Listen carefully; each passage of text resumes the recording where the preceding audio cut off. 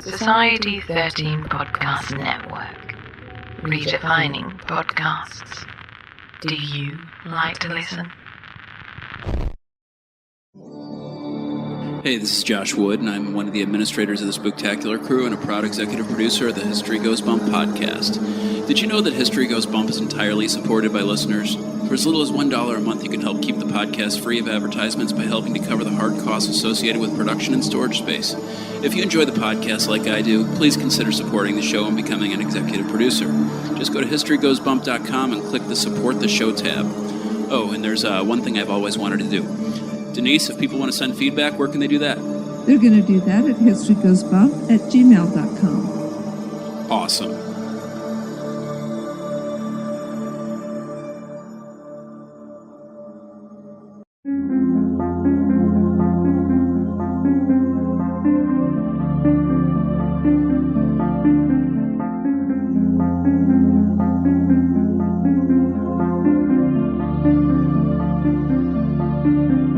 History tells the story of the world and of our lives.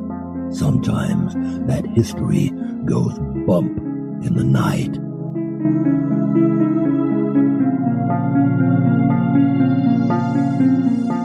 Broadcasting from the center of oddity and the supernatural in Central Florida, it's the History Goes Bump podcast. Hello, you spooktacular people. Welcome to this 177th episode of the History Goes Bump podcast. Ghost tours for the theater of the mind. I am your host, Diane. And this is Denise. Today we have an epic episode for everybody. We are featuring Haunted Virginia City, and we are going to look at several locations. These were all suggested to us by several of our listeners. Tara Williams Case, Jeni Justine, Pamela Ennis, and Anna Frias have all suggested these. And the cool thing is three of them were able to help us put together this podcast. Indeed. For those of you who are executive producers, and before I jump into this, Denise, did you like Josh's intro there? I sure did. I really liked it. And he got permission after the fact, but that's still okay. I thought that was cute that's something he's been dying to do. So for our executive producers, as I was saying, you guys already heard about this because one of the bonus casts that we did this month features an extended interview with Anna Frias, who's joining us for the show today. And we had explained to everybody what you're supposed to be hearing is a round table. I thought, wow, wouldn't this be cool if we could get all of these people who suggested these locations and have been to them together in one group setting to talk about these different places. So what are you trying to get, like Spooks of the Round Table? Well, remember when we did the Halloween special? Yes, it was very fun. We had a round table that was a lot of fun. I want to do that again this year with a lot of other podcast hosts. So the best laid plans of mice and men, as they say. We were supposed to have everybody together, but there was no way scheduling-wise we could do it. So we knew we were going to have Tara separate from everybody else because she's a truck driver. That's what she and her husband do. So when you hear Tara coming up on this episode, they're inside the cab of their truck doing the interview. Which is very fun and very cool. It is. But we thought we were going to have three other women with us for the round table. We had it all planned. It was all set up. And then for those of you who live in Northern California, you probably remember what happened a couple of weeks ago. You got just a little bit of rain. A little bit? So what ends up happening is about 10 minutes before we're all supposed to get together, one of the women who was going to join us was Susan Bernard, and she is part of Shadow Seekers of Nevada, and she's very experienced with Virginia City. She sends me a message on Skype and says, I'm not going to be able to make it tonight. We've gotten so much rain that and she throws a picture out at me, sandbagging, and her property was getting flooded. So they literally were putting down sandbags. I said, yeah, save your property, no big deal. We'll do it some other time. So then we had Pamela Ennis and Anna Frias set up to join us for the round table. And you guys will recall that Pam joined us for the USS Hornet episode, and she is the case manager of Pacific Coast Watch. And then Anna Frias, many of you probably know very well from the Spooktacular crew. She's a paranormal investigator with P.R.O.O.F Paranormal, which stands for Paranormal Research of Otherworldly Forms. She's also co-owner and artist of Two of Imps, which you should check out over on Etsy. Lots of great stuff there. Well, then I get a message from Pam, and she's telling me, well, everything's on schedule, but we are on the train, and we're running a little bit late, but I should be fine. She turned into Gilligan's Island. Yeah, so we tried to get a hold of her and we couldn't get her and finally she picks up the phone and she's like, guess where I am? And we're like, what? She's like, I'm still on the train. She's like, it was basically supposed to be a 3-hour tour and she was 8 hours on the train so far. So we were calling it the SS Minnow train. But every time they went through a tunnel, we'd lose her. And it was happening a lot. So you're going to hear at the beginning, we're going to have Pam and Anna together, and then we're going to lose Pam and have her separate. So we ended up having to do 3 separate interviews to put this episode together for you guys. And what I have tried to do is edit it together as best as I can so that all of the locations are in the same section together. So if it sounds a little weird to you, that's probably why. So we just pulled back the curtain. We showed you how professional we are, but I think you're really going to enjoy this. We had a great time talking to these ladies. We got a lot of information and a lot of really creepy and spooky stories to tell you that are personal experiences that they've had. Yes, now that's the made-up story, but the real truth is the reason why it sounds a little bit weird is there was some paranormal anomalies happening while we were trying to tape, and so it's that's the weirdness you'll really get, but Diane just wanted to soften that. I think you're pulling their legs, Denise. I am. Before we jump into all that, we want to welcome to the Spooktacular crew, George. Hey, George. Tom, who spells his name Thom. Hey, Tom, Thom. Nathan. Hi, Nathan. Carrie with an I. Hello, Carrie with an I. And Amy. Hello, Amy. And now we have our moment in oddity.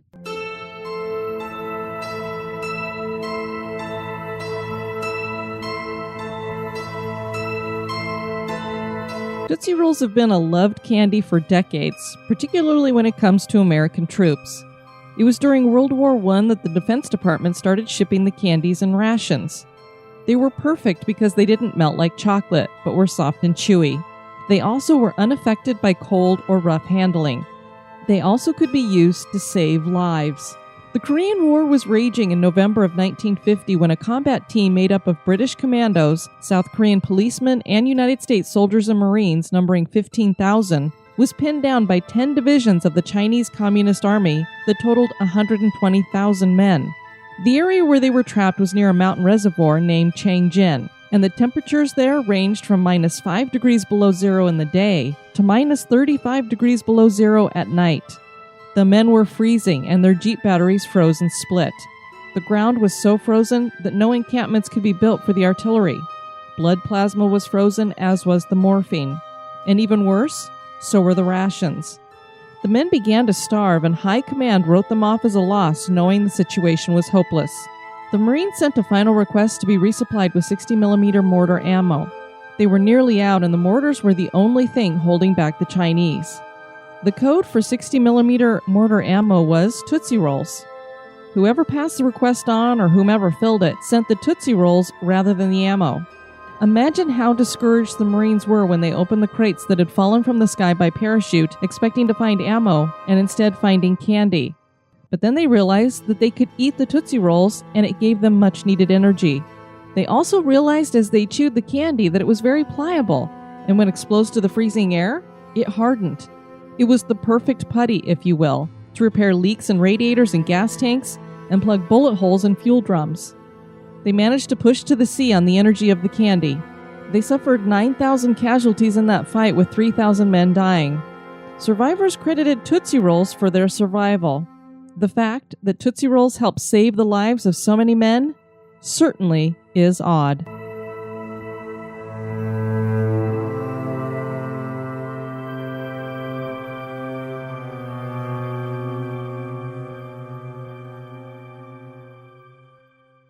This history podcast is haunted. And now, this month in history.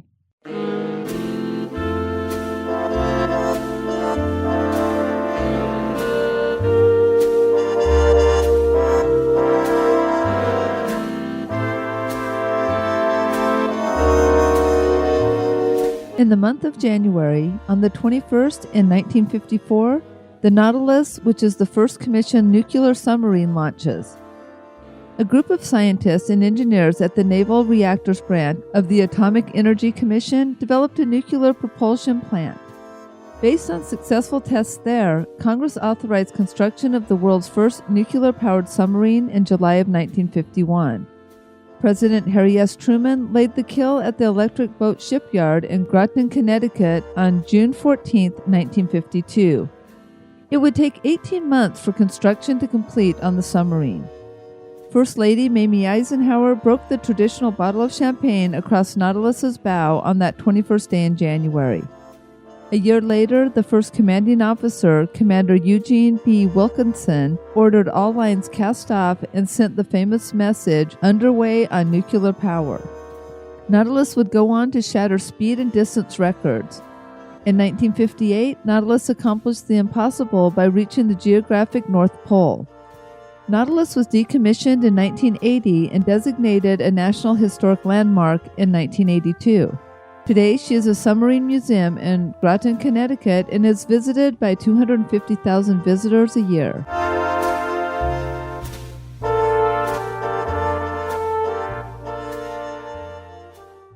The Virginia City National Landmark is one of the nation's largest historic districts and includes over 500 buildings dating to the time of the Great Bonanzas, from 1859 to 1880. John Mackay was an industrialist who formed a partnership with 3 other Irishmen and operated silver mines on the Comstock Lode. They hit it big in 1873 when they discovered the Big Bonanza. That find built Virginia City and kept it on the map for the next 2 centuries. We will be discussing the history and hauntings of the Suicide Table, Silver Queen, Bucket of Blood Saloon, St. Mary's Art and Retreat Center, and the Mackay Mansion, with Tara Williams Case, Anna Frias, and Pam Ennis. How are you, ladies? Cool. Hello. Fine, Hi. thank Fine. you. Great. Well, the reason why we have you guys on is you have been to Virginia City and you've done some investigations there and you've made suggestions about locations there. And so who better to talk to than people who have actually been there? First, I wanted to ask Anna, what got you interested in the paranormal? I grew up in a haunted house. Well, I just think it's our family, but we have a history of hauntings with our family, and whatever it is follows us from house to house. And I just became interested to find out what it was or what it is, or, and it's just something I've just always been fascinated by. And how long has your group been together? We actually started off as another group, and then we made our own. So about in 2011, we were part of GARP, and then we became our own group called Proof Envy, because there's several other proofs out there. We weren't that imaginative with our logo. Yeah, there's a good group of us. There's about almost 10 of us, and we travel throughout the Southwest. Very cool. Tara, how are you? I'm not too bad. I'm hoping I don't lose service. We're in the middle of Wyoming. Oh, okay. Well, if it happens, it happens. We'll be okay. How many times have you guys been to Virginia City? I've only been twice. My husband and I went there on our honeymoon in 2015, and then we went in September of this year. Me personally, I've been there twice and stayed there for several days each time. And Pam, how many times have you been to Virginia City? Well, I was raised in Fallon, Nevada. And so as a kid, we used to go there all the time. But as an adult, I've probably been there 6 or 7 times over the last 4 or 5 years. Oh, wow. Because every time I go, I get something new. And it's one of my favorite places to investigate. Could I have you, Pam, just describe for people the main area there when you're walking into Virginia City? What are people going to see visually? It looks like an old West ghost town. As you drive in, you'll see saloons and you'll see old 1860 hotels. And there's a place called the Piper Opera House. It's up on a hill. Lots of old mansions. Just driving through it takes you back into the mid-1800s. It's a fascinating place full of lots and lots of history. Mark Twain lived there, John Mackay, the Silver Baron. Okay, so is there a location that is your favorite there? Oh my gosh, I just love the whole town. I'm trying to think. I would have to say St. Mary's is the Mackay Mansion. Ah, man, those are 2 really, really great places to investigate. Also, I like the Washoe Club, and we actually did an investigation that was really interesting over in the Knights of Pythias building. that we got some excellent evidence. And actually, in the end, we ended up leaving because it was just a little too overwhelming. So, like I said, I think there are more dead people in Virginia City than living ones. The cemetery is great. But the catch with the cemetery is because they've had so many vandals that you can't go in after 8 o'clock. We've done in the past is actually set up an investigation before daylight savings time so that we can get in there and do a little investigating after dark. But they've had they have phantom lights. Do you have any experience with the Silver Queen at all?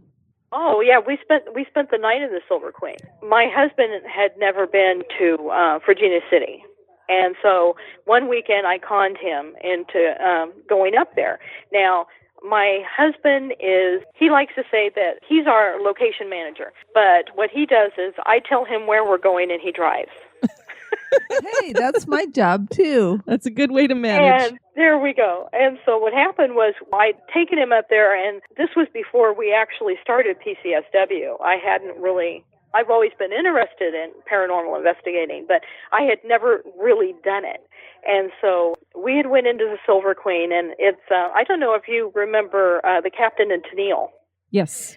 But they were married in the Silver Queen. Okay. And we went into where they got married and look at the little wedding chapel in there, and there's a beautiful portrait of the Silver Queen. What does the Silver Queen look like? She stands 15 feet tall. Her whole dress is made out of silver dollars. There's 3,261 silver dollars, which equal the amount of feet that the combination mine, how deep the combination mine was. And then she has 28 $20 gold coins as her belt on the dress, and then her necklace and her bracelets are made out of silver dimes. Wow. Yeah, she's a painting, but her whole dress, all her jewelry is all real coins. Oh, that is super cool. It's a beautiful bar on the inside, and we're just sort of absorbing, and these two 20-year-olds come running down the stairs, and they're at the check-in desk, and they say, "Wow, that was awesome. I'm so glad we spent the night. This place is truly haunted." Well, the next thing he knew, I was paying for a night in the Silver Queen. I said, "Honey, let's stay in the Silver Queen." Now, he likes his, I'd like to say, 20th century accommodations. He likes the air conditioning, he likes the TV, and he likes the phone. Uh-oh. Of which there are none in the Silver Queen. Uh-huh. So we get upstairs, and for the most part, the rooms look just like they did back in the 1860s. Wow. It's got the transom over the top. There is no air conditioning. There's no phone, no TV. So we turned off our cell phones because it's high enough that you don't get much reception up there. And we turned the phones off and put them on the table, and we're lying on the bed going, "Okay, now what do we want to do?"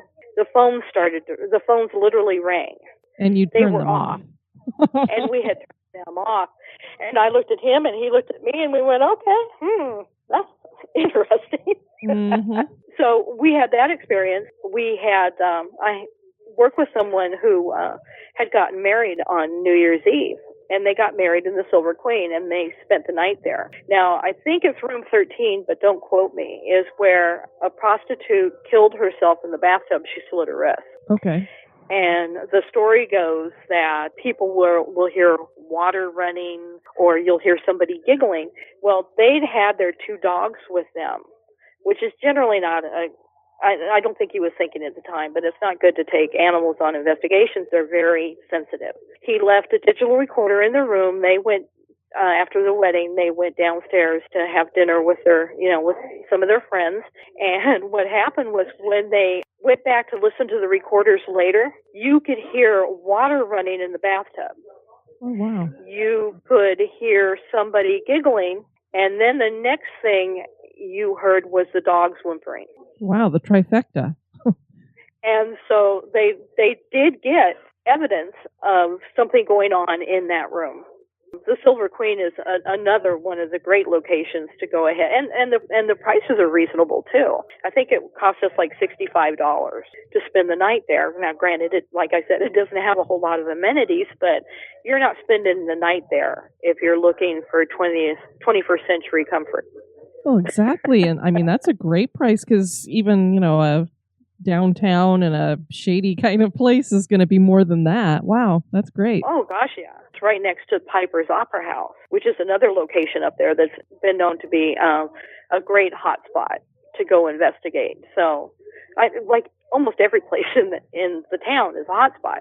Well, on the Silver Queen, I found this on TripAdvisor. This is from 2009, posted by San Diego Rosie, and she wrote, "My husband and I just celebrated our 20-year anniversary, and we decided we wanted a little adventure. We both had watched the shows on TV that featured the Silver Queen Hotel in Virginia City, and remembered that the program said that the place was haunted, so we made midweek reservations for a stopover between Vegas and Reno. We got a room above the bar facing the street. Upon arriving, we found the room was very old-fashioned, comfortable, and we felt like we were in the times of the Old West. After our long drive up from Las Vegas, we were tired and decided to take 40 winks before dinner. During our nap, we heard voices of a family, a couple of kids and a woman. We thought nothing of it. We woke, had a great Chinese meal in town, took a stroll up and down the wooden plank walkways, and played at 2 local casino bars. Although this was the first time we stayed the night in Virginia City, as in previous visits, we enjoyed ourselves and found the locals very friendly. We walked back across the street, found the Silver Queen's bar closed, so after a walk through Silver Queen's hallways, which were completely quiet and empty and all rooms dark, we returned to our room at midnight. It wasn't 15 minutes after our head hit the pillows when things started happening. We both heard a loud clunk, followed by footsteps up and down our hall. Unremarkable perhaps, except as far as we could tell, no one on our floor was awake, and the footsteps were clearly on a wood floor, and every inch of the hotel is thickly carpeted. I made my husband leave the light on in our room. Can you blame her? Not at all. Voices, door creaking, and a repeat of footsteps continued to keep us awake, yet every time we opened the door, the hall was empty and quiet. At about 3:30 a.m., things seemed to quiet down. Taking pity on my poor husband, I got up and turned off our bedroom light. He fell asleep minutes later. I continued to lay awake, the blanket over my head. That's your greatest protection. My last memory before sleep finally found me was of loud boots stomping down the hall, a bang on our door, and the doorknob jiggling. I didn't get up to answer the door. We left early the next morning, before breakfast. Later that day, while eating breakfast in Reno, I called the Silver Queen and spoke to Karen, the hotel's pleasant bartender and hotel reservationist.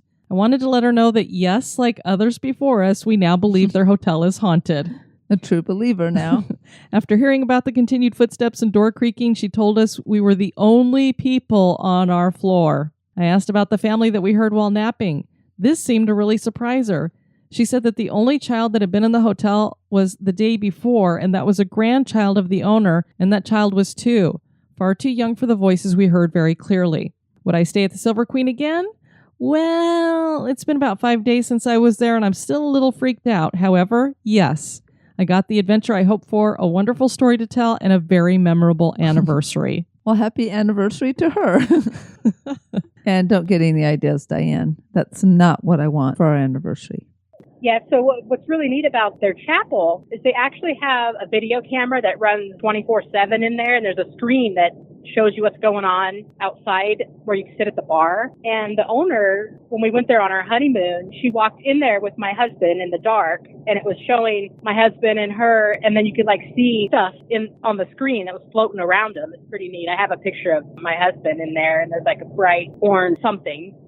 So I don't know if it was a spirit or what it was in there with him. Interesting. How large is the Silver Queen Hotel? How many floors? It's 3 floors. The 2 upper floors are all rooms, but they're really tall ceilings. They're probably at least 10-foot ceilings. Wow, those are really big. It's insane how high they used to make the ceilings back then, because they, today's standards, they could have had a whole other floor in there. When we were there kind of early, and we stayed the night there in the Silver Queen in room 19. And when we were waiting, the gal was making the bed and stuff, and we were talking to her and her if she's had any experiences in there. And she said she has, and she said everybody else talks about the other rooms being haunted, but she swears room 9 is the most haunted, because she was in there making a bed, and all of a sudden, the pictures came off the wall and all kinds of stuff. It just started piling on her. That would be frightening. That would be very frightening. She still works there, though, so. Well, what's interesting about that is, I don't know why we get into this thinking where a ghost is just locked into one place, like it can only be in that one room, because I know the main rooms I hear about there are 11, 12, and 13, so 9's pretty close. And you guys weren't too far away. You probably got lucky if you didn't have anything banging around with you. Yeah, we were on the top floor. I have my own experiences with supernatural, so I was sitting in the window ledge because the window ledge was big enough, and I was just talking to the spirits. I'm like, because they say that there's a woman in there, a ghost that likes to flirt with the men, and I said, you can flirt with my husband all you want, just don't push me out this window. I don't know if you should have tempted her quite that way, Tara. Yeah, here's what I don't want you to do, and then she's like, oh yeah, bye-bye. Really neat hotel because it still has all the old stuff in it, and it really, for people who love history, it's such an amazing place because the whole city is designated. It's the only whole city in the country that's designated a historical place.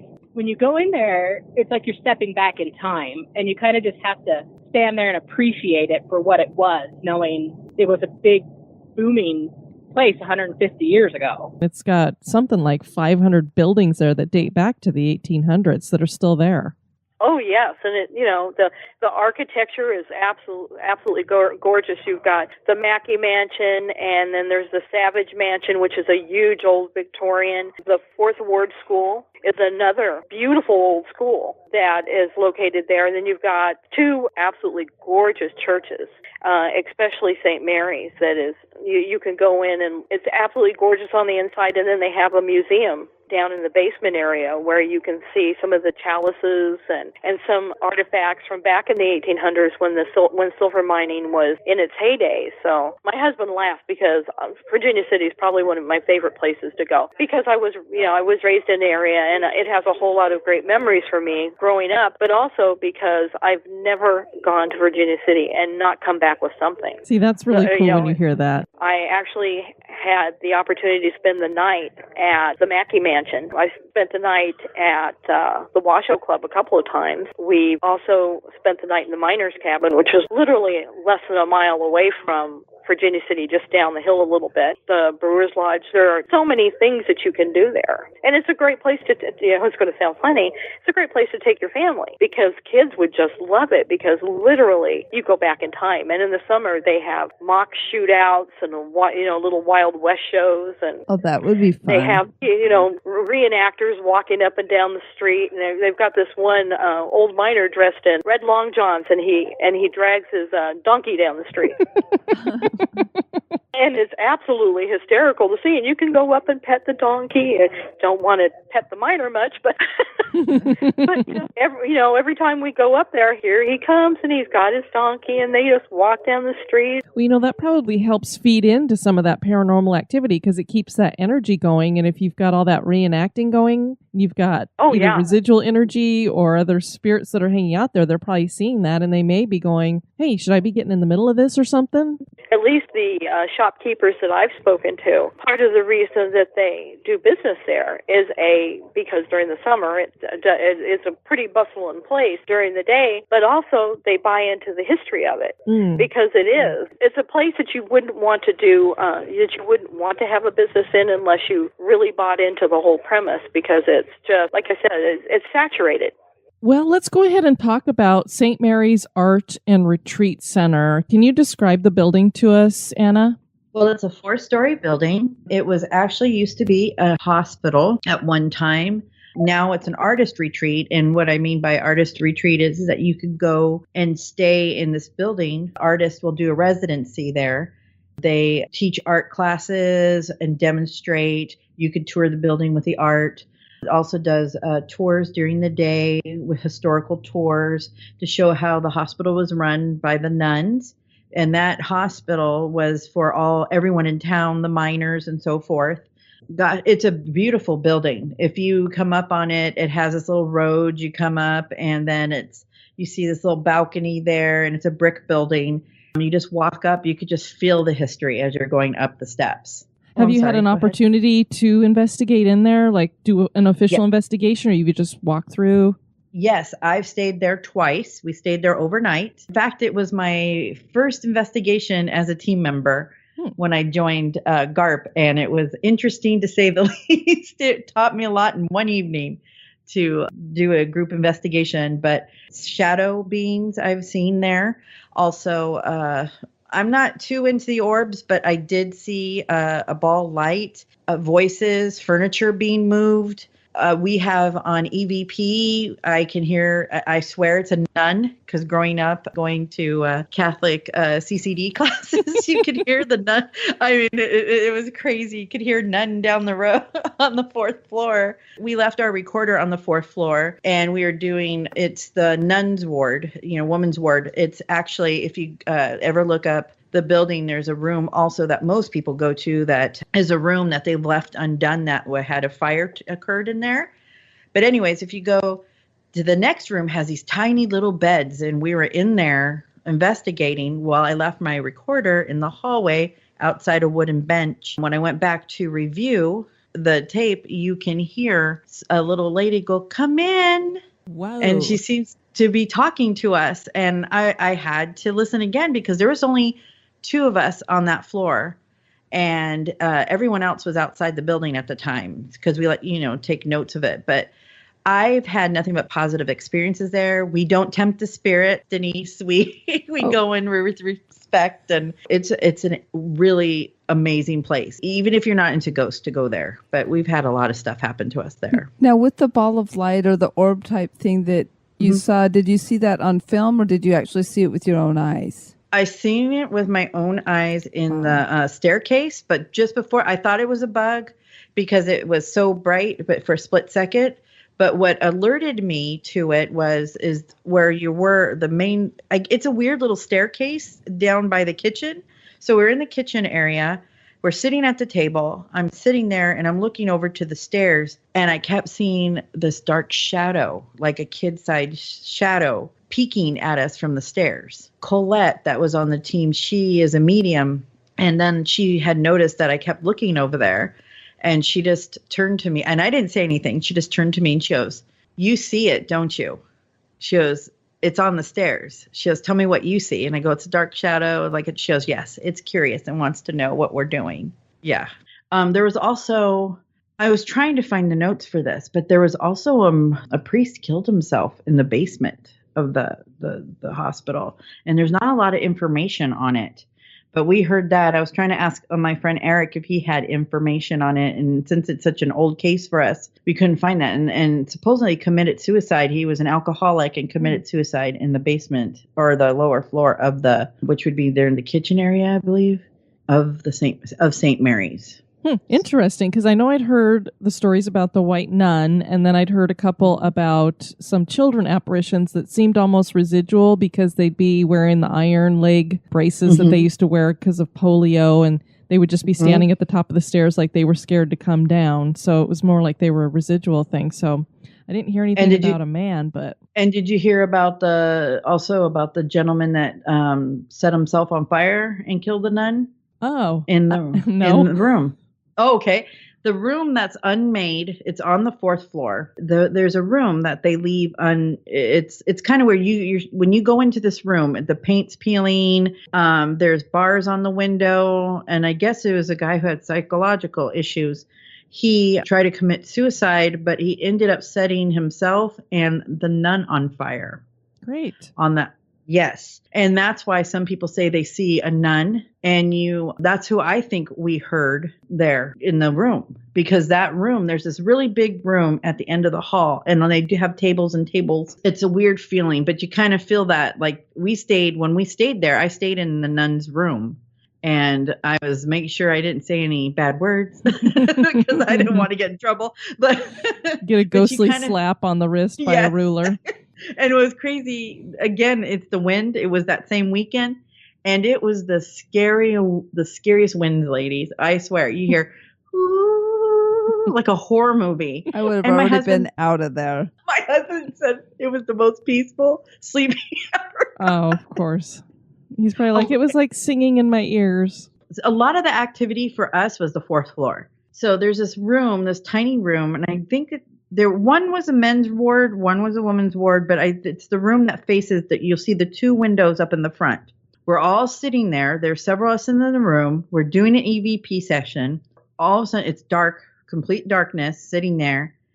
I had my eyes closed. So did my daughter. And then through my eyelids, I seen a flash of light. And then everyone in our group jumped up and go, "What is that? What is that?" And it was this bright, so bright flashlight that occurred in the room. And Eric, who had his eyes open, he didn't even know where the source of light came. We went running to the window. Nobody drove up on the building. There was nobody took pictures because we're all in the same room. It was the most bizarre thing that one of the weird things that we've ever experienced in that room. That place sounds really active. It is, but I don't think it's not malicious. Some people say some of it's malicious, but it's not. Well, that's good. But the most interesting that I have to share was the second time I went there. And there was only 4 of us this time. And this is when we were proof. We went, and the caretakers, Ron, and I forgot her name. There was other caretakers this time. So we went, dropped off our stuff. We went to go get pizza in town at the Red Dog, which is supposed to be haunted as well, saloon. We come back. We were gone an hour. Next thing we know, we hear someone walking around inside the building, the St. Mary's, and we heard walking around. So we yell out, "Hey, who's in here?" Ron comes back running downstairs. He goes, "Hey, where were you guys?" And we go, "Well, we stopped to go get pizza." And then he goes, "Well, we got a call from inside the house. We thought something was wrong." Because they had from outside. We go, "No, nothing's wrong." And they go, "Someone keeps calling from inside the building to us."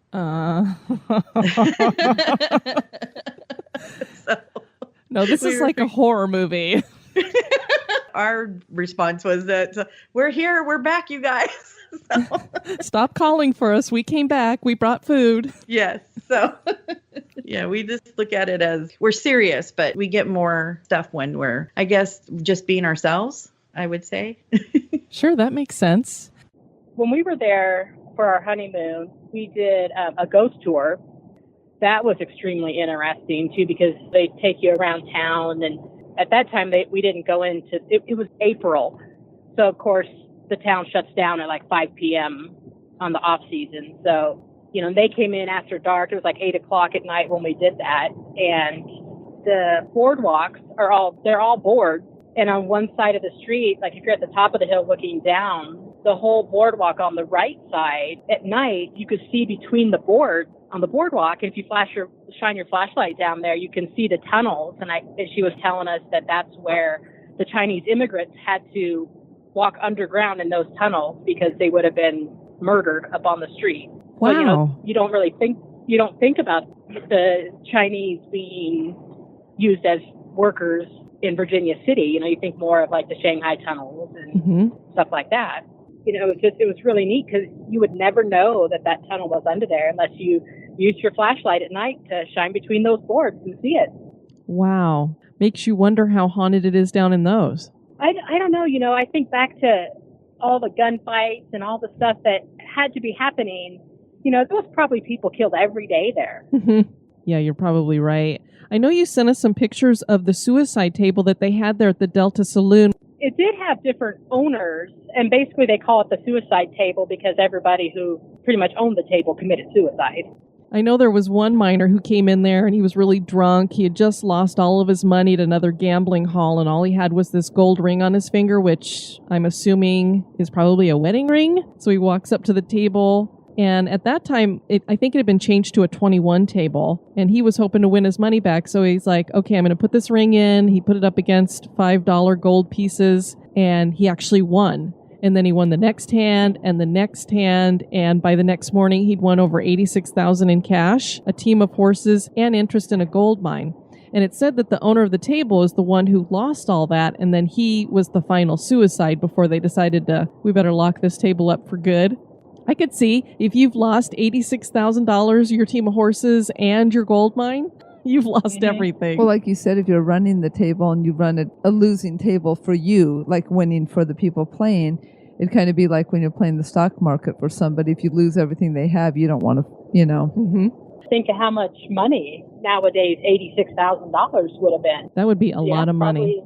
You had mentioned at the Bucket of Blood, is her last name, do they say it Boulette? Julia Boulette? Yes. You had sent a picture of her. What's the story about her? she was the prostitute that like all the men were just in love with, and she pretty much ran the whole red light district. And she was murdered, and they're not sure by who. And I guess after she was murdered, they wouldn't let her be buried in the cemetery. The firefighters hauled her off over across the valley, and you can like see the hillside where her grave is supposed to be, and it's kind of fenced off by a white picket fence. They're saying that, you know, all the wives were like, hooray, when she was being hauled out of town, to the point where they, you know, it was like a big parade. Ooh, and to this nice. day, to this day, they said that somebody went in and dug up her body, and her body's no longer in her grave, and they're not sure who did that, if it was a past lover or, you know, who took her body. So even though they have a fenced off area on the opposite hillside of the cemetery, her body's not there. Which begs the question, where is it? Did they take it back to their house and bury it in the backyard? Is she stuffed in a bed somewhere? I mean, golly. The other thing I would wonder is, back then they had that belief that if you weren't given a proper Christian burial, you couldn't move on. So it makes you wonder if somebody dug her up and tried to put her back in the cemetery at night when nobody would notice. Could be. That's a good point, Diane, because other stories that we've done, that's exactly what they did. And in the cemetery is all segregated. There's like the firemen section and the different religious sections. And the Chinese, they weren't even buried in the cemetery. They were buried at a whole different cemetery. How many cemeteries do they have there? I think that we went to the main one. It has, and I sent you those pictures of some of the gravestones. They kind of have a map. It's really big, but it's like sectioned off into different sections. I'm not sure exactly where the Chinese cemetery is, and then I know that where Juliet's supposed to be buried, you can see her poor little spot over there. I know, a poor thing. And you said that she was murdered, right? Uh-huh. I'm going to assume that nobody was ever brought to justice over that either. I wonder if it was a jealous wife or... Yeah, that's what they said. They don't know if it was a wife or a man who... They said a lot of men were in love with her. They don't know if it was a jealous man or a wife. Sure. Either one is a possibility. The bucket of blood is really neat. It's all, you know, inside there, they have a lot of old, you know, memorabilia in there, and they have all these old-fashioned pickle jars on the walls. And I had no idea what they were, but basically, like, they're really neat old glass. They look like lanterns, but I guess they put pickles in them, and when you lift the lid, it had of the juice so you could take a pickle out. But to me, I kept thinking they just looked like these really neat old-fashioned lamps. Oh, you're like, you should be turning those into lamps. Yeah. You know, when we go into towns, we like to do tours, offer a trolley tour that tells you about the town and all the different mine stuff. And he was telling us that one of the stories about how the bucket of blood got its name was due to the fact that there was so many gunfights at night that when they mopped the floor and they dumped the bucket of water, it was always it was bloody water, so they called it the bucket of blood. Okay, well that makes sense, because I was wondering where the name came from. So that was a rough and tumble place, and you had people dying in the mines, and then they get a little money under their pocket, and they come into Virginia City, and they start raising hell, and the next thing you know, they'd be drunker than skunk, and there'd be shootings all over the place. And so, if you weren't killed in the mines, the odds were you were probably going to be killed in a shootout. It was probably an extremely dangerous place in which to live. Yeah, it definitely got the best Bloody Marys. Okay, I'd heard that's what you want when you go there. Yeah, the Silver Queen has a big sign that says the best Bloody Mary in town. That's not true. It's the bucket of blood. Okay. And so you're hoping that it's still like going to be like Bloody Mary mix, and there's not a reason why it tastes different. Yeah, see, and that's one of my things. I always test the Bloody Marys everywhere I go, so it's pretty good. The walking tour of the town that we did at night was from the Bats in the Belfry. They're the ones who do that tour. And towards the end of the tour, you know, we're walking on Main Street, and we stopped in front of a store, like a general store, and they said back in the day there was some people it was a husband and wife that owned it, and they had a little girl, and they told her she could play outside, but she had to stay on the sidewalk, and she could go no farther than the edges of their shop. So she would just walk back and forth in front of their shop. And one day she got into the street and was run over by a horse and carriage. And they gave us those EMF things. And they handed out 3. They gave me one, another gal, one that was there on her honeymoon, and another guy that was in the group. And mine was going off like crazy. And the other girls, hers was going off. and the guy his was barely doing anything. And the lady said, well, see, she said, now, she told us, myself and the other gal, since our EMFs were going off, she said, walk up the boardwalk. It said, as soon as you pass where their building was, it'll stop working. And I put it to the test and walked past. As soon as I got past the edge of the building, it totally went dead. They said, see, because she knows she's not allowed to go past the edge of the building. And then when we came back, as soon as I came back across, it went crazy again. You know, and then my husband and I are like, oh, maybe nothing, you know. And so I let my husband hold it, and it didn't do anything for him. And he handed it back to me, and it was going off again. Wow, that's interesting, because I was going to ask you the distance that you walked, and because I know sometimes if there's electrical lines that are underneath the sidewalk, because we've had that happen when we're in a city with an EMF, it'll go off when you're standing kind of where a box would be that has a lot of the electrical stuff. But the fact that you handed it to your husband and he's getting nothing, and then you're getting something, that would definitely, if it was electrical, it would have been going off for either one of you. Yeah, see, and it didn't go off. I think it only flashed once or twice for the other gentleman that had it. And then the other gal, hers wasn't going off as much as mine, but it was going off. And I said, well, maybe it has to do with the fact that I'm a woman and I am a mom. And maybe the spirit was picking that up. That could be getting that mom energy from you. Yeah. That is really interesting. I've never heard a story like that where a ghost has been told you can't go past this, level, because in her real life she'd been told that. And so in the afterlife, she just keeps to it. It makes you wonder if that's residual or what. I don't know. Maybe because she went off the sidewalk and got killed, that maybe now she sticks to the sidewalk. Yeah, especially now that she's like, those aren't horses and carriages out there on the road anymore. Those are really weird looking things. Mackay Mansion. Yeah, the Mackay Mansion, I went when they were just barely restoring it. I think they let you do a little bit more there, but we went when did we go? Like 2011 is when I went. I think we had everyone. It was funny because when we were doing the investigations, it was like we just got there, like I swear, like the week before, Dead Files just went there. And then the next time we went, it was like, Ghost Adventures just got there before we got there. So it was kind of like, we're like, man, are they following us? But you almost want Ghost Adventures to be there before you, because they're probably going to stir some crap up. Can you describe it to us, like what it looks like? Oh, okay. Mackay Mansion. I want to say it's kind of weird how it sets up. So you go, that's another one. It's on a residential street. It's a mansion, but it's kind of a small mansion, and it's a yellowish with brick, and it's white trim. And you go in, and it's 3 stories, but it doesn't look 3 stories outside, which is really weird. It's on, when you go, didn't get to describe it. When you go to Virginia City, you're going up a mountain. So you're going, and underneath that mountain is mines.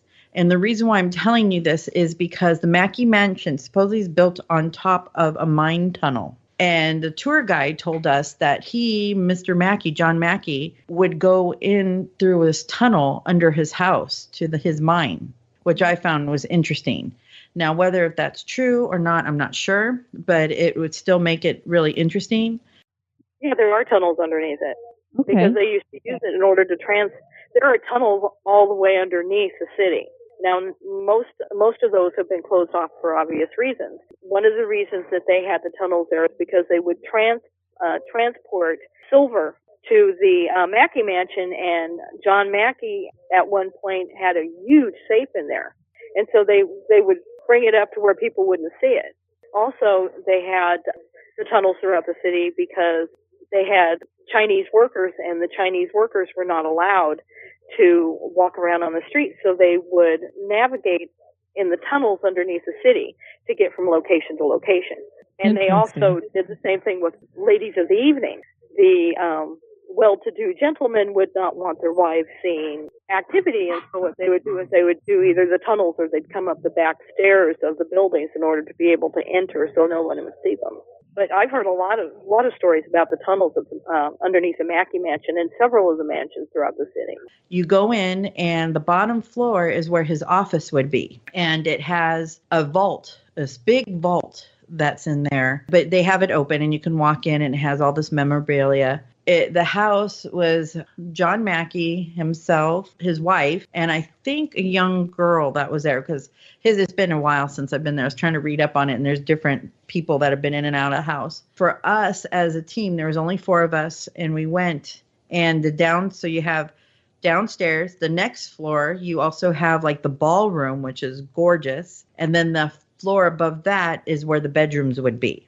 Now, during the day, you could take a tour, and the rooms actually have a gate in front of each room, so you can look into a room. But when we investigated, we did have access to the ballroom and also the a couple of the bedrooms, except for the bathroom, not the dining room, because the dining room had so much china and it was very small. And what was really strange about it is that you had to go outside to go around the building to use this bathroom that I guess was like not a greenhouse, but it seemed like there's plants and everything. And it was cold because it was just snowed. We were actually up there during April or May, and there's still snow on the ground, quite chilly. And outside it was windy and very surreal. And you can hear every noise coming from the street, because it's not that far, all the way to the mansion. And eerily quiet. You can hear horses once in a while. You can hear a distant laugh. So just to give you the mood of the place. The one thing that I have to say, we're up on the 3rd floor. Now, at the time, like I said, I don't like to know that much of the history before I go into a place, because I don't want it tainted, and I don't want other people's like hauntings or anything before I know sometimes. We were on the 3rd floor, which was Mrs.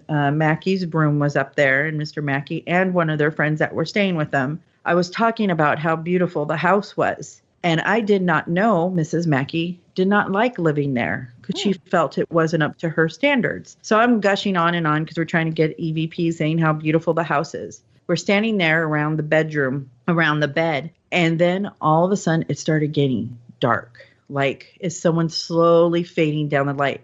Now, there was a little bit of natural light in there, and we had our flashlight, but this room started to be engulfed in this blackness, and it started getting really cold. And we're like looking, we're kind of nudging each other, and you just felt like someone was in the room with us. And then we were kind of like kept asking questions, and it wasn't really as scary as little unsettling. I didn't feel threatened. We just felt like if we keep asking questions, what's going to happen? So we kind of waited, and it just all of a sudden then it started fading. The light started filtering back in again. And I think it's because I was asking questions I was talking about how beautiful the house was. Then we went across the hall to the child's room, and it has a little rocking horse, a little bed and toys. My daughter, who's part of the team, was standing there, and she's talking. And then she felt a little hand take her hand, tug on her arm. And as we were saying, are you in here with us? And we were talking. I got down on child level, got on my knees, and I felt these little arms come on my back and give me a hug. It was like this little hug. Oh, and wow. I don't know if it's because, we decided to be on that level or talk to her not in a, addressing her like an equal or a child, like there's conversation going on. So other things I've heard are not so positive about the little girl, but from what I understand, she was very nice and very accommodating to us and friendly. The only thing that I've heard about her is that she appears to people if they're sleeping in the bedrooms. And of course, one of those people was Johnny Depp. Apparently had stayed in the mansion while he was filming Dead Man. And he said that he saw the full-bodied apparition. So what kind of negative stuff have you heard about her? Some say that she likes to play tricks on people or scare people. I've read, other, because I was curious. I wanted to know. I heard the Johnny Depp story too. Now, other groups have said, she'll try to jump out, scare you, or you feel like this menacing negativity with her. I did not get that. I did not get that at all. Now, I felt with Mrs. Mackay, I felt like she was like we were intruding on her area. With Mr. Mackay, which I heard is rare to see him or any interaction, we were down in his office, and the caretaker, who was really nice, but she kept coming up and down these narrow stairs and asking us questions. So we would get into, we're trying to do an EVP. Contamination. Yes. Do you want some coffee? We were sitting, but it was nice because it was really cold in the mansion. And one of the windows was not repaired. So you would hear this. Ooh. Great. And we were like, what's that? But we like to debunk. We're one of those teams that, okay, there's wind coming through. You can hear the town outside. And we do note and we do tell on our EVP, at this time, this is what we're hearing. So we were downstairs. And again, the orb thing, we're not too into it. We did capture on camera a picture of an orb. And the only reason why I support this orb is because it's an orange ball of light just be above the EMF reader, and we were getting readings. We were asking Mr. Mackay questions, and our EMF reading kept going up every time we would. We thought we were getting an answer, so it kept going up, and then it would go back down, then it'd go up, and then when we checked our time and checked our pictures at the same time, we had this little ball orange red light, and I was again talking about how much we really enjoyed the house and how beautiful it was. And our friend Eric, another team member, he, felt, and he never feels anything, felt like someone was in the room with us at the time. Interesting. Do we know, did a little girl die in the mansion? Do they know who she is?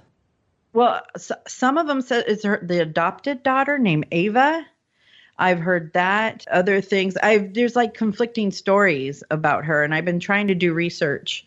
Like a little bit at the time, I was trying to look for my notes, and I just moved into a new house. So my computer, all my notes, I couldn't get access to. So I'm going off memory. She supposedly, lived there in the house. I don't think she died there. I didn't hear anything bad. I just heard because he had grown sons, and just that Mrs. Mackay didn't like the area. He was away a lot in business. Interesting fact about him, he laid, how we have the cable system that goes from the United States to Europe underwater. He was part of that later on. Oh, wow. Yeah, there's actually a giant statue at him, I believe, in Reno at the university there. Well, I know that was a huge undertaking when I've heard it, when they tell the story of that cable, and you're thinking, okay, this is way back in the 1800s, and we're talking about laying cable at the bottom of the ocean. It just blows my mind. When you stayed there, did you have any experiences? We had a friend of mine, Jackie Cleve, and Jackie had gotten us the opportunity to spend the night there. It was early in April, and Virginia City in early April is cold. I mean, we're talking blistering cold. And so the whole city literally shuts down by about, I'd say 10 o'clock to 11 o'clock on Saturday night. So what happened was Jackie and I had done some investigations at the Washoe Club and a couple other places, and we came back to spend the night at the Mackay. There's a big, huge potbelly stove down in the bottom that's supposed to heat the mansion, but obviously it's an old mansion and it really wasn't working too well. So we had went upstairs, and Jackie was spending the night in Mr. Mackay's room, and I was going to spend the night in Mrs. Mackay's. It's a 3-story building, and by this time it was midnight, 1 o'clock in the morning. I had set up motion sensors at the top of the stairs and at the end of the hallway just to see what would happen. And I set up also infrared camera at the head of the stairs as well. Jackie was in her room and I'm in mine, and all of a sudden the motion sensors are going off. And Jackie says, do you want to get up and go see what that is? And I said, it's too cold to get up. I'm not getting up.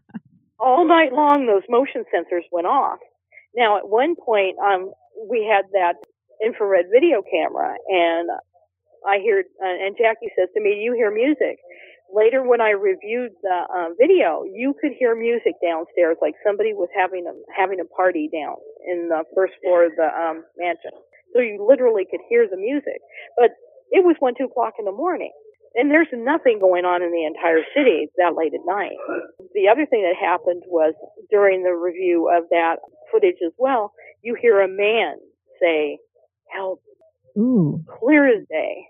And, I'm listening to this and I'm going, wow. And I ran it back, and she and I were the only ones that were spending the night in the mansion. So there's no rational explanation as to where that voice came from. Yeah, it wasn't one of you guys. Yeah. It wasn't either one of us. Now, did he die in the house or anything? Because the only male that I've heard that they think is haunting it is a former colonel or something. That I'm not sure of. I know that Mr. Mackay, the stories go that he really loves the mansion. As I said, my friend Jackie's been there on several occasions, and she actually had picked up some EVPs of Chinese workers, where she had gotten, and I can't remember what the translation was, but she'd actually gotten voices in Chinese.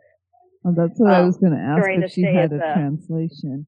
I'll have to find out if she can get that information for you. But she spent many nights at the Mackay. Whenever they get EVPs that are in a different language, that always really fascinates me, because then you know there's nothing that those people have done to manipulate that. Oh, sure. Unless you can speak Chinese. Sure. But it would be difficult to explain. Yeah, exactly. The other place that I stayed, but I don't know if you guys are aware of, is the Gold Hill Hotel. That's actually, when you come outside the town, you're going up the street. And that's the one that has the cabin that's right next to the mine that a lot of miners were killed. And Ghost Adventures did an episode on that one too. Did they have an explosion or something? Mm-hmm. Okay. There's a mine fire. They were killed. A lot of them were trapped under there. And the mine is actually not that far from the cabin. And inside that cabin, we stayed there overnight, and you can hear somebody going up and down the hall. Inside there, you hear voices, you hear people talking. And then the hotel owns the cabin, has an actual cute little hotel that's been there for the miners, and they would come in and out. And two of the rooms that are upstairs are also haunted as well. Now, with all of those tunnels, can people go down into them, or have they been blocked off? Most of them have been blocked off. There is a tour that you can take. They have this little train, and you can go in it, and it'll take you through a tunnel, I believe. But most of them are still privately owned, or they're restricted for mining, and some are active as well. How close is the Mackay Mansion to the mine that you were just talking about there? Oh, gosh, that one, I would say about a mile or so. I mean, you wouldn't want to walk because it's at the kind of going up the hill. I mean, it would be a good, a mile and a half maybe. But the mansion is not that far from the main street. Now, this town is so tiny that you can see most of, the houses are up on the hills and the mountains. And you can, when we were at St. Mary's, you can hear a car coming up the mountain with the radio. Interesting. The reason why I asked is because you'd mentioned about this being on top of a possible mine. And I know that the man who built the mansion originally, his name was George Hurst. And he was the one who had made the mining office there. And then I think John Mackay continued with that. And I'm thinking, well, you'd kind of want a mining office close to the mine. And if it's a mile away, it does make you wonder if there wasn't some kind of access that they had there then. I wouldn't be surprised, because people are saying that a lot of the miners, different sections, that there's so many mines under the town. I guess it's surprising how the town's still up there. Great. Makes you feel secure. Yeah. I was like, what? So I was kind of freaked out because I hate heights. That's the only thing I'm afraid of. And my fear is falling. I know this sounds weird, but falling down a mine shaft. Hey, that would do it to me. And we have sinkholes in Florida. So, a mine would be a sinkhole. Yeah, we had a whole resort disappear, a whole resort building disappear into a sinkhole. Yeah. Oh, my God. I know we read about that and we're like, oh, my God, how scary is that? The other thing I wanted to ask about the Mackay Mansion is I've heard that the staircase is hand-carved. Yes, and it's very steep. Oh. Very steep. Because, back then, people were so much tinier than we are now. And most of them had a size 5 shoe or smaller. So the steps, that's what we had issues with, going up and down the stairs, because you feel like you're getting vertigo because it's very steep.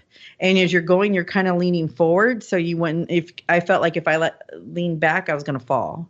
So we were trying to limit going up. And plus you can hear. A lot of people don't realize is when in a lot of these places you can hear downstairs what you hear up on the floor. So you can hear everything and in a lot of the buildings. So that's what we were trying to be careful of in St. Mary's as well. But when we were hearing the furniture move around, we had walkie-talkies and we're like, hey, are you moving furniture? And they're all, are you guys walking around? They're all, no. So we just sat there very still. We're like, we had 30 minutes of silence, which is hard. And you hear somebody like shuffling chairs and moving things. And it's so loud. And you're like, what's going on? And there's nobody. You can hear people walking up and down the halls. Wow. And I'm wondering, like, when you hear furniture moving around and it's sliding across the floor, obviously you're not saying that you're seeing it, but did you notice that it seemed like you'd looked in the room and the furniture had moved from where you'd originally seen it? No, none of the furniture would move. What we're speculating is that since St. Mary Louise, as it was called at one time, was a hospital, that you'd think about if they were moving patients from bed to bed, they had carts, people shuffling around. We've heard people walking down the halls in spurs, like heavy boots. You just hear activities during the day and at night. The moving furniture is more of a residual type sound then. Mm-hmm. Okay. I believe so. Yeah. A lot of the stuff, it's like when you walk in there, it's hard to explain. You walk in and you feel like you've entered, like you ever watch those movies where people are like everything's stopped around them and they walk in and they're kind of seeing what's going on around them and they're walking around and not touching anything. I feel like when you're in St. Mary's, you're stepping back in time and they're going about their business still in this one realm and you're just in your time, and sometimes they cross over and you're kind of catching a glimpse or hearing a glimpse of it. So when they're doing their show, they're talking about this ghost that they saw that would be you. You're the ghost. Yes. Which I often think, that I wonder if they view us as that. Is it a time slip? Yeah. I mean, well, you've heard us talk about it. That's one of the theories that we have, is that it's somehow there's a rip in time there and you guys are stepping into each other's area. Mm-hmm. Well, did you ever see, I know this is off the thing, but did you ever see that one unsolved mystery where the guy, he was up in he's a hunter and he was up on a tree stand and, hunting. And then he kept hearing someone walking around the base of his tree. But when he looked over, he didn't see anybody. So he finally got the nerve to come down his tree base. And as he was walking, and on the other side of the bush, there's an American Indian looking right at him, like in shock. And they're walking parallel to each other. So they're staring at each other. I wonder if that's a time slip. That's sure. So I don't know how else you could explain it unless one of them was a ghost. That's true. Or we're the future or what? Is there any other places that you wanted to make sure we touched on? We had went to do, we were going to be doing an investigation at the Washoe Club, and we had also gotten access to the Knights of Pythias building, which is located right next to Piper's Opera House. We were the only ones that had the key. Once again, my friend Jackie had gotten the key for us from the owners. They were getting ready at that point to turn it into a wine tasting. It's a beautiful old building, and you start out in the bottom and sort of see, and they had storage, and then you go upstairs, and that's where the meeting hall was for the Knights of Pythias. It had an absolutely beautiful cherry wood bar with the gold veined mirrors, and we did a walkthrough during the day just to get an idea of, what the layout was. There was an area in the center, and the Knights of Pythias and most organizations back in the mid-1800s were not high on women. And the only time women were ever allowed up there is if they were cooking or if there was some type of special event in which the wives may or may not be invited to. And so there was an area where they would do, start the ceremonies. And I went into the middle of it and I said, I hear that you are not much on women, and here I am standing in your sacred spot.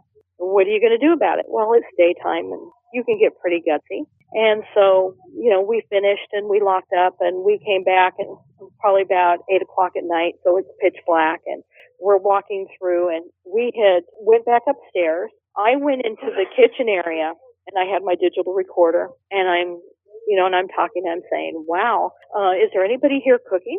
Are we having a party? Am I invited? And I get a man's voice say, not you. He remembered you. And he remembered me. Well, what happened was we go back into, and I'll have to get the pictures and send them to you.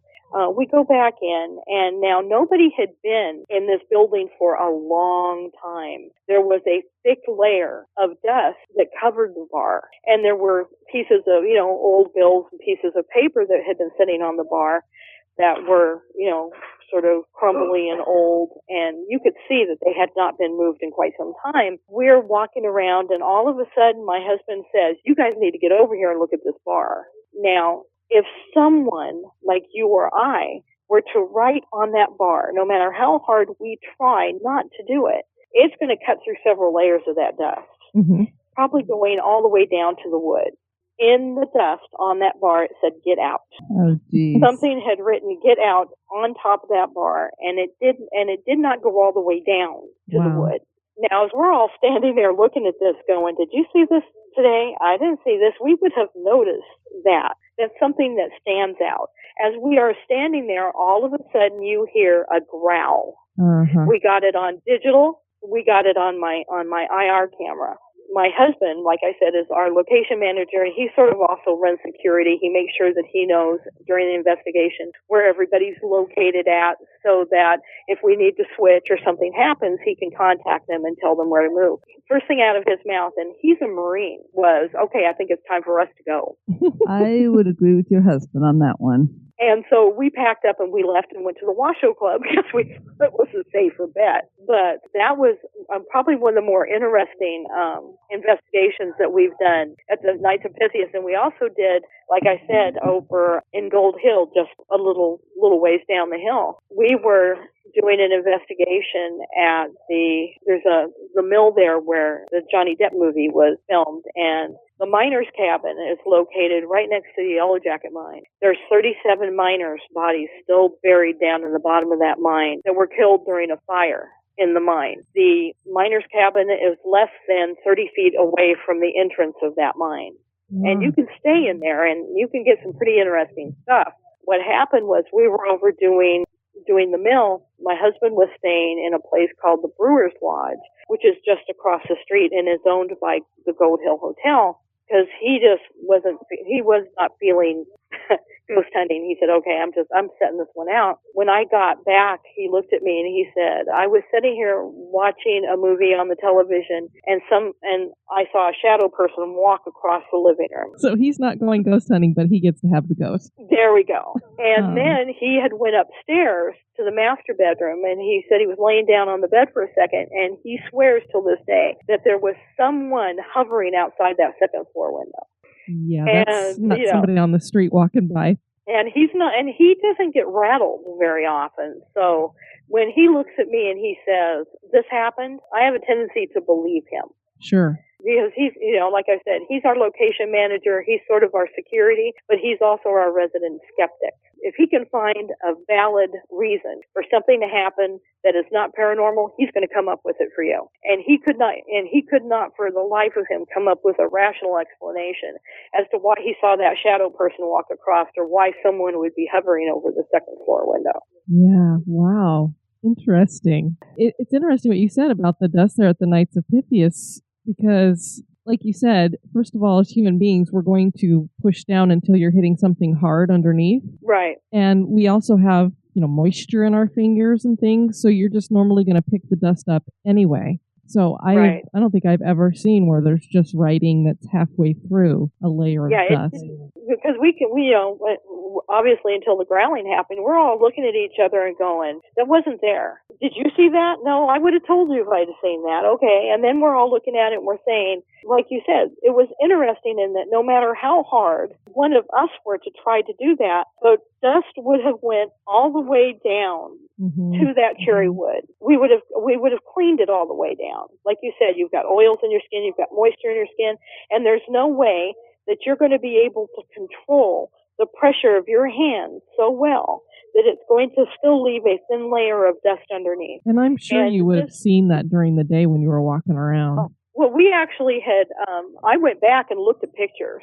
There is no picture during the day that shows "Get out" written on that bar. And I went through every picture of that bar, and it's not there. And I would put money on that it wasn't there when you first walked in either. No. And like I said, we went there during earlier in the day because we always have the opportunities there. We want to do a walkthrough to get a Sure. layout of the land. And because I was enthralled with that bar, I can't tell you how many pictures of that bar. And not one of them had that on that bar. Oh, that's very, very. But that night it was there. Yeah, I'm betting you guys came in that night, and whoever did not want you there decided to go ahead and write. Oh gosh, and then decided to growl and let us know that they really weren't happy. Yeah, if that's not My enough. husband blamed that. He says, it was your fault. You ticked him off. Mhm. And I went, yeah, I guess I did. Maybe it wasn't such a hot idea after all. Yeah. You never ever tempt the spirits. Yeah, I said, okay, that is the last time I have ever tried, ever antagonized anything, Mhm. okay, I'm gonna, except for him. Even he'll tell you that on occasion I have been known to antagonize him, but, I think better of it now because that everybody just, when they heard that growl, everybody was looking at each other going, did you hear that? Yeah, I heard that. Okay. So what did And when he said, let's go, everybody hit that door because they said, okay. So what did the growl sound like? Did it sound like animal, like kind of human making it? Like it sounded. Would you say that growl was animal or human guttural? He's thinking, trying to decide. I would say more human than he's saying more human than animal. But it was a sort of a human, sort of guttural, sort of deep, sort of like I am not happy with you, sort of. This was not like a dog growling at you. This was like something. Yeah, was really not pleased. Like someone was really not pleased. Oh, sometimes when you become angry with your mate, or you become angry with a child or a friend, and you try to express it, and you can't, and you'll do that, sort of. Uh-huh. It was something along the lines of that, as opposed to something that sounded like a dog or an animal. Yeah. Oh, yeah, he said if it were an animal, it would have been a low-grade wolf. Wow. Yeah, I would have gotten out too. I admit that sometimes my good sense gets jacked up when I'm investigating, because instead of thinking to myself, okay, maybe it's time to let's leave while the getting's good, I become so enamored or so possessed with what I'm doing that I just want to keep going. And sometimes my common sense, he goes with me because he's my common sense. And he's going to look at me and say, okay, I think we've outstayed our welcome. I think it's time to go. It's a good thing you have him there as the voice of reason. Yeah, because, somebody had asked me a while back, they say, I'd be terrified. And I said, well, the first time you go, you're scared. But the first time you get a piece of evidence, it's addicting in that you go from wanting to run away to running towards because you want the answers. Yeah, exactly. I think I'm still a runaway, and I'll let you all go and run towards.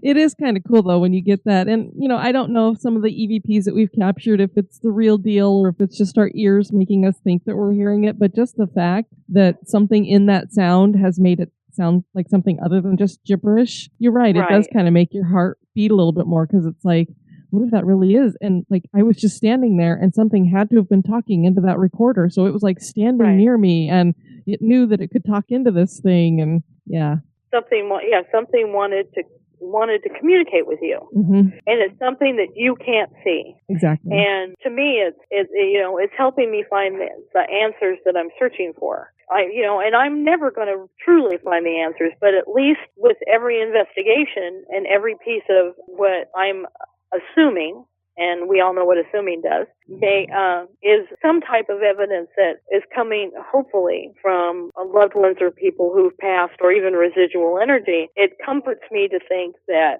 this is proof that this is not all there is. Tara, we want to thank you for joining us. That was great. You guys be safe on the road. You too. All right. Bye-bye. Okay, bye-bye. Bye. Well, Pam, thank you so much for joining us again. Well, thank you, and we hope that you'll be getting out here soon. I think we're going to maybe try it in 2018 because we've got so many of you up there that we're like, we better get our butts out there. Yeah, and Diane's never been to Northern California, so. Well then you're in for a treat. We have a whole lot of fun stuff going on around here. Nice meeting you, Okay, Pam. And I hope I'll get a chance to talk to you again, Anna. Yeah, I hope so. That'd be awesome. I think it'd be fun. Maybe we can hook up and do some investigations in Virginia City. Oh, that would be awesome. I would love that. Thank you so much for inviting me on, and I look forward to talking to you in the future. All right, That you take sounds care, great. Pam. Thanks, Pam. Bye-bye. Thank you. Bye-bye. Bye-bye. Well, thanks so much for joining us, Anna, and you take care and have a great evening, and we hope to talk to you again in the future. This was a lot of fun. Yes, it was. Oh, me too. I had a great time. Thank you so much. I totally appreciate it. And if you have any questions, just let me know.